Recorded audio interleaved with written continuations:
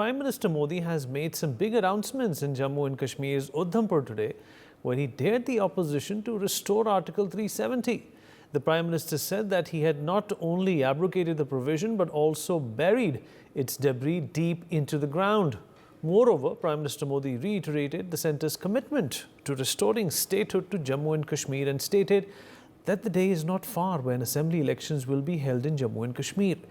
He also underlined how the situation in Jammu and Kashmir had improved over the last decade, particularly after abrogation of Article 370 in 2019, saying this was the first time after decades that elections were taking place in Jammu and Kashmir without fear of terrorism and cross-border firing. On the other hand, the opposition has said that the Prime Minister is compelled to hold elections in Jammu and Kashmir as the Supreme Court has passed this order. Amidst this is peaceful polls in Jammu and Kashmir. Prime Minister Modi's biggest win, is that going to be the big takeaway for the Bharatiya Janata Party as well? Mr. Mukesh Tyagi, BJP spokesperson, with us on the program. Advocate Gyanendra Mishra, political analyst, also joins us on the show. Mr. Sandeep Chatra, human rights activist, with us on the program as well. And Dr. Ramesh Raina, Kashmiri Pandit, joins us on the broadcast as well. Gentlemen, thank you so much for being a part of this conversation. Advocate Mishra, I'll begin with you, sir. I hope you can hear me. Can hear you. Right. Advocate Mishra, why do you think that the opposition is so intent on restoring Article 370 when it's clearly palpable, it's clearly apparent that abrogating this particular provision from the Constitution has greatly, immensely, profoundly helped the socio-economic fabric of Jammu and Kashmir? I think, we confuse the two issues, One is the abrogation of Article 370 and another is following the due process of law or following the constitutional process which should be or must be involved in the abrogation, whether it is in the Supreme Court or as per the demand of the various opposition party.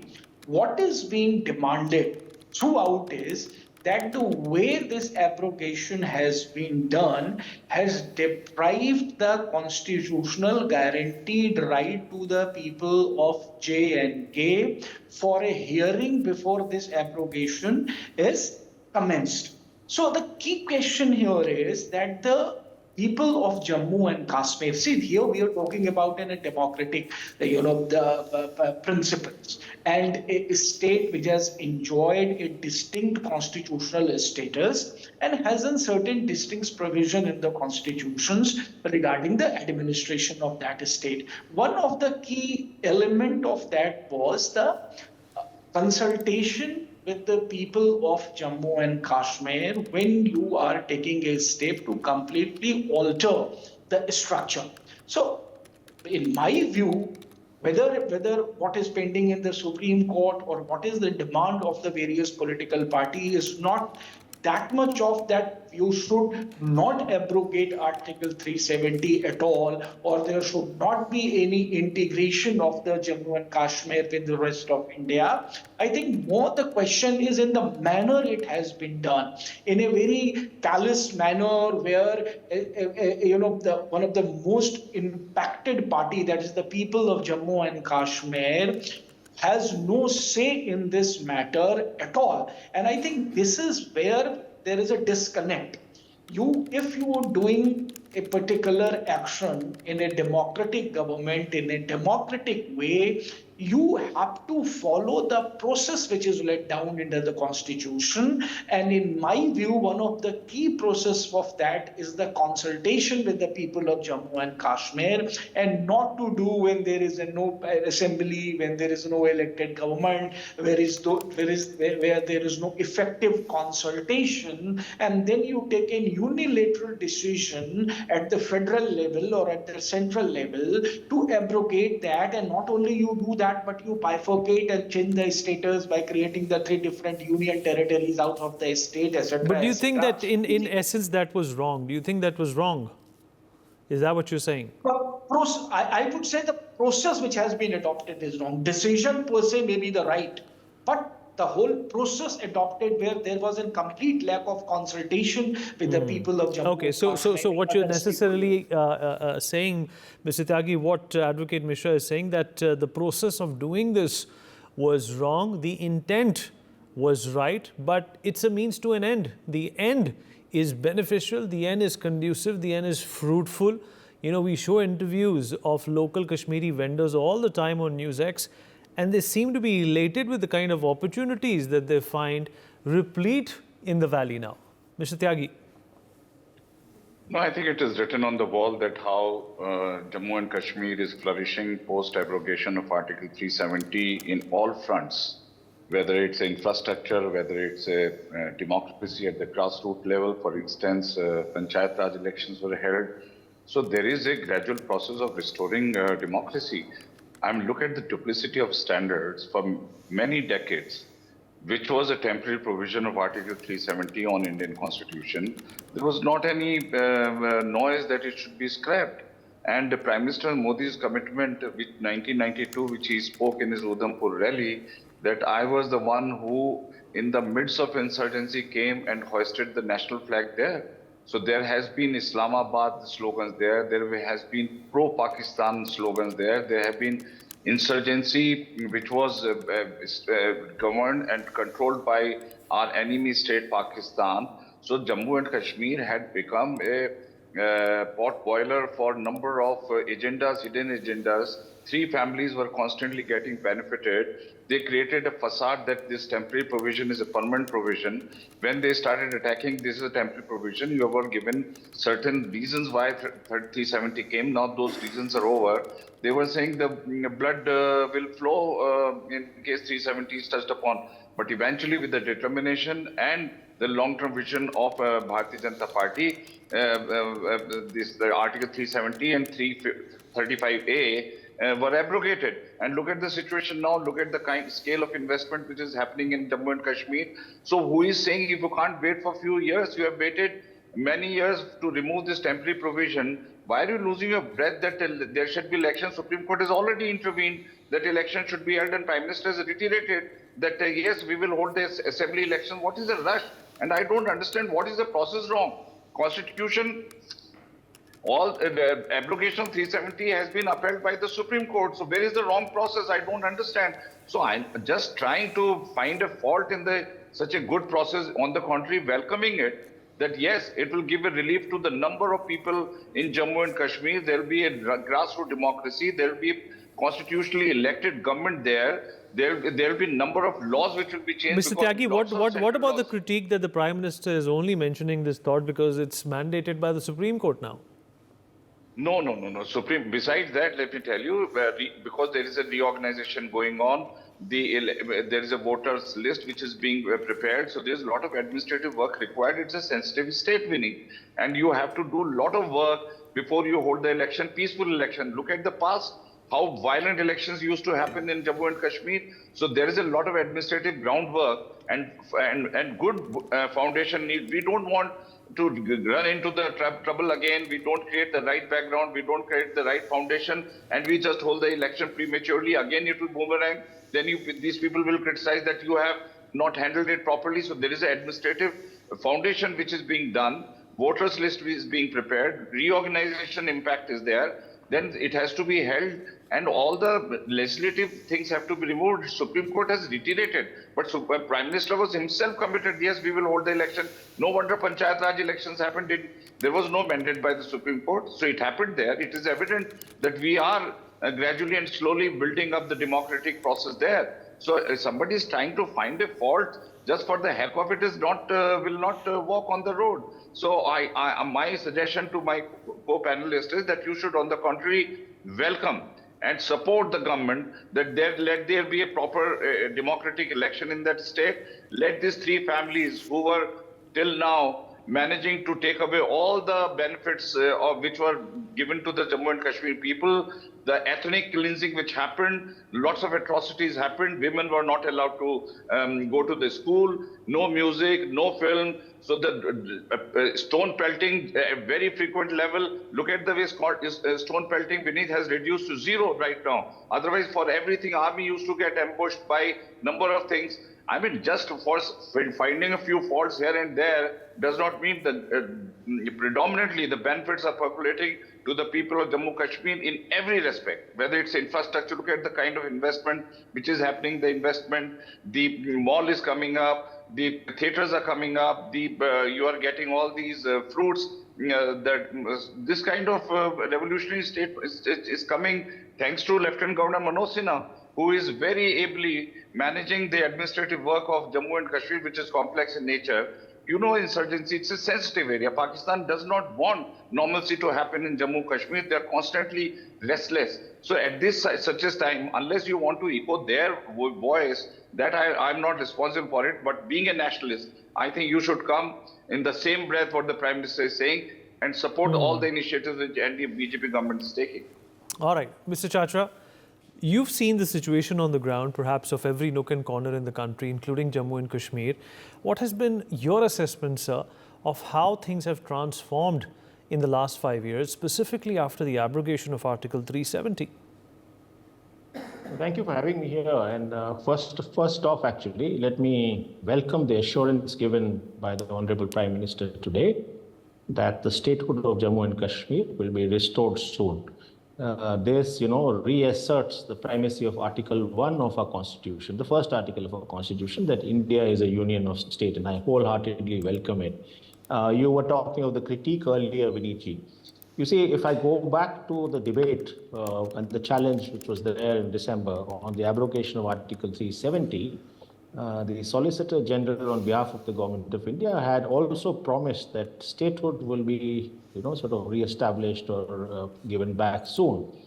So I think that's happening in that direction. And the Supreme Court, as was mentioned by my previous speaker, Mr. Tyagi, was mentioning that, Supreme Court had indeed said that the assembly elections would be held by September of 2024. So I think this is indeed a welcome development, what I heard today with the speech.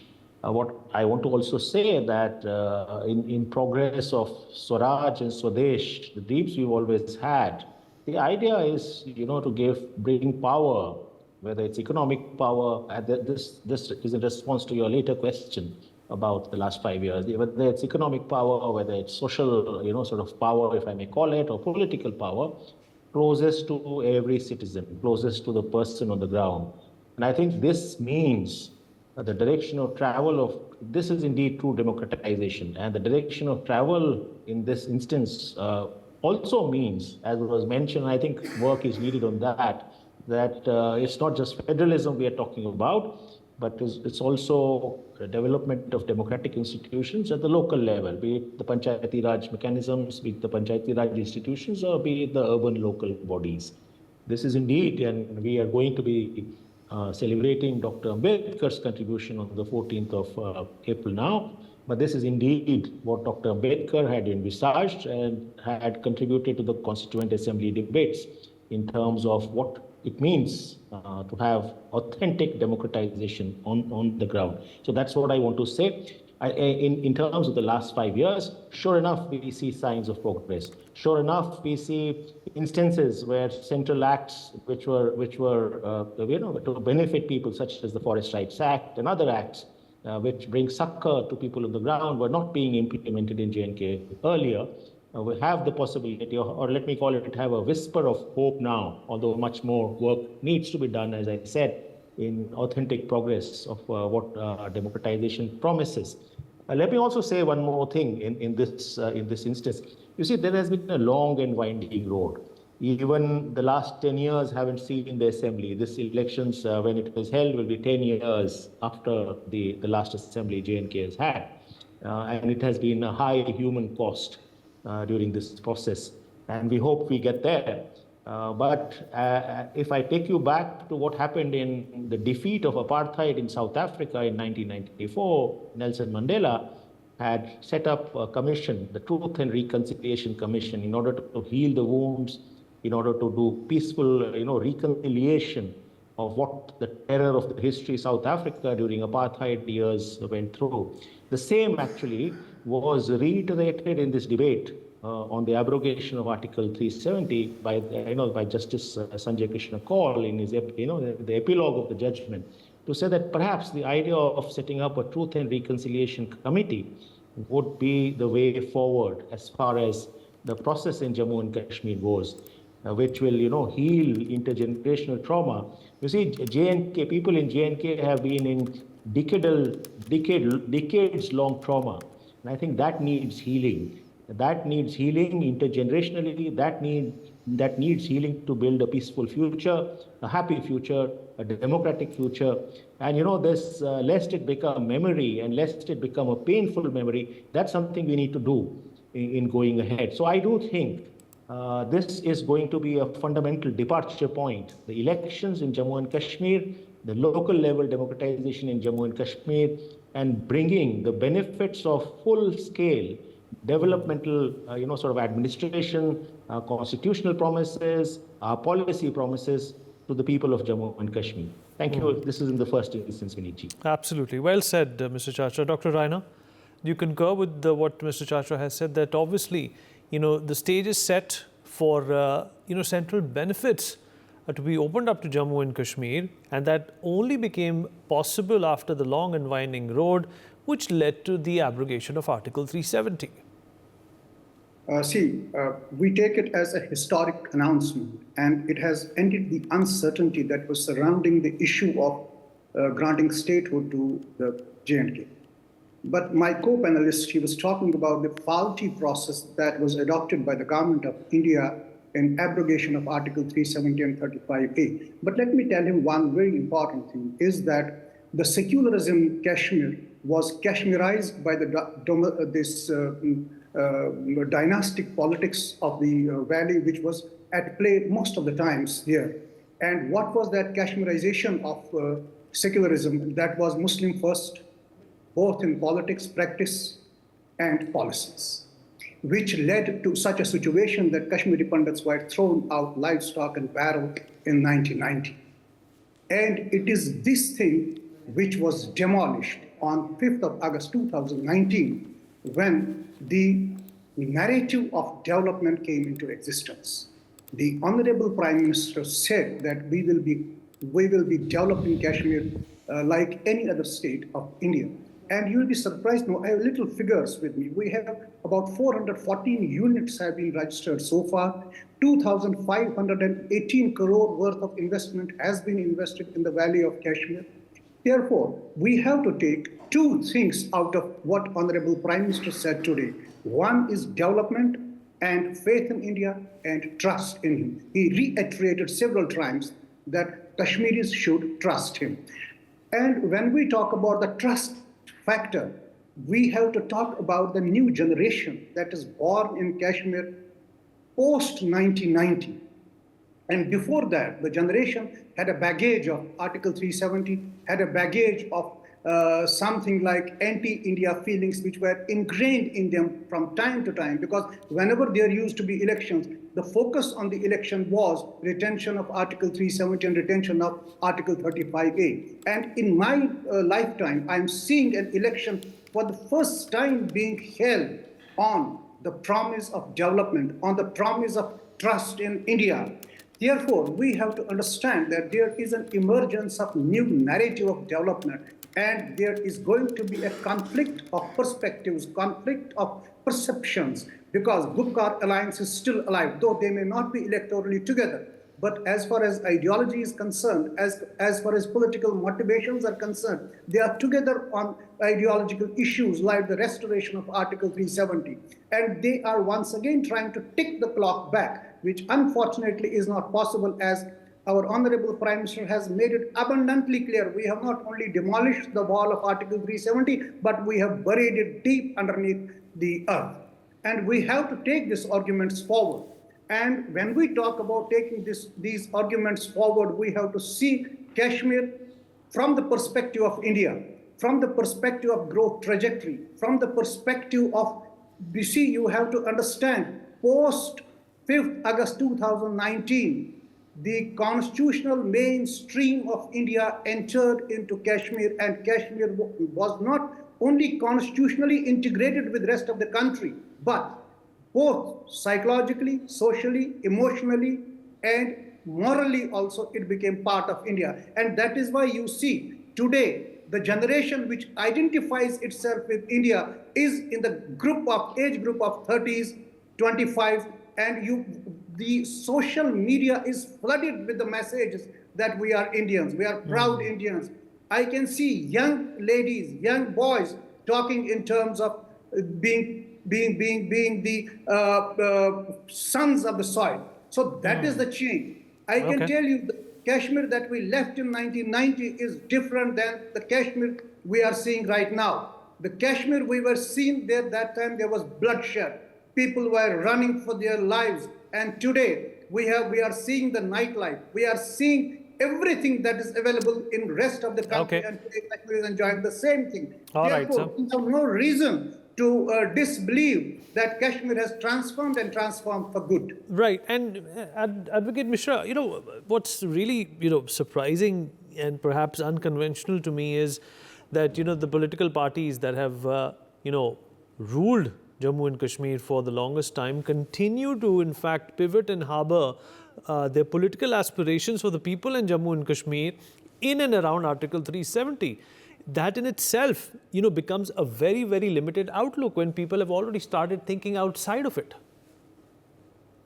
No, so I see, some of the fundamental flaws some of the fundamental flaws in the arguments that's being made out here by my different, very learned co-panelists is one fundamental flaw, the way I look at it, that, which strikes at the very nature of the federalism, when you said that you sitting at the center will decide what is the best for a state government or what is the best for a state or not, without involving all the stakeholders of the state. That's the dangerous stance where you will sit and say that I know what is the best for a state, I am doing the best for the state and see the development is happening, but I will have no respect for the sentiment or the views of the local population, local populace. This is where the democratic process ends, and a very centralized thought process, which is very anti-constitutions,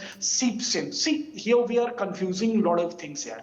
So the one thing is that nobody is telling that there should not be development in Jammu and Kashmir, or the development is not happening or not happening that the way it had happened. And obviously we cannot fall to a narrative of polarization where certain populace will speak in a great, appropriate way of abolition of Article 317 and new era being, leased in the Jammu and Kashmir. You see that there is a perception that it is a narrative being said by only a section of the people. Therefore, what is and we are talking about this democratic process, but the longest time, no election is being held in Jammu and Kashmir. And there enough time has gone down where the election and it is a self-contradictory statement when you talk about that there is so much of development is happening, there is an happiness all around. Then why don't you hold an election and that would be a referendum on the development which is taking place? All right. Let's get a response from Mr. Tyagi on this as well. Mr. Tyagi, Advocate Mishra has made a valid point that the elections are obviously going to testify to the kind of development which is being spoken of after the abrogation of Article 370.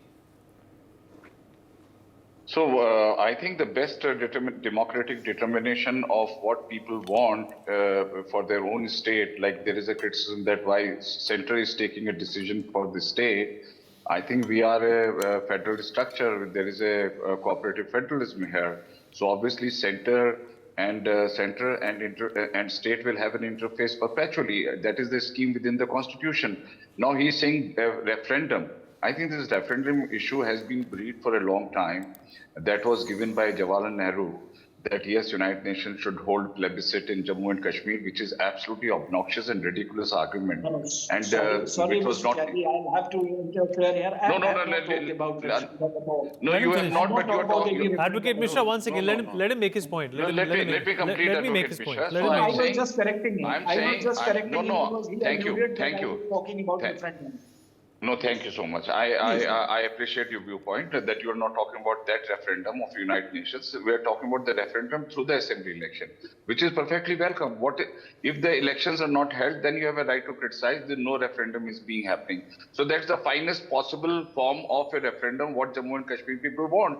Look at the election in 2019. We still want 2 member of parliament seats there. So we have a support, we have the base, but we don't want to just jump onto the election for the heck of it, because we are seeing, Vineet, a gradual restoration of normalcy. Look at what is the criteria and the parameter to judge what is happening to the economy in a touristic bound state. I think it's the number of tourists. What was the position before abrogation 370? Today, 2 crore, more than 2 crore tourists are coming. Day and night, their restaurants, their hotels are buzzing. The hotel room tariffs have gone up many-fold. The taxis.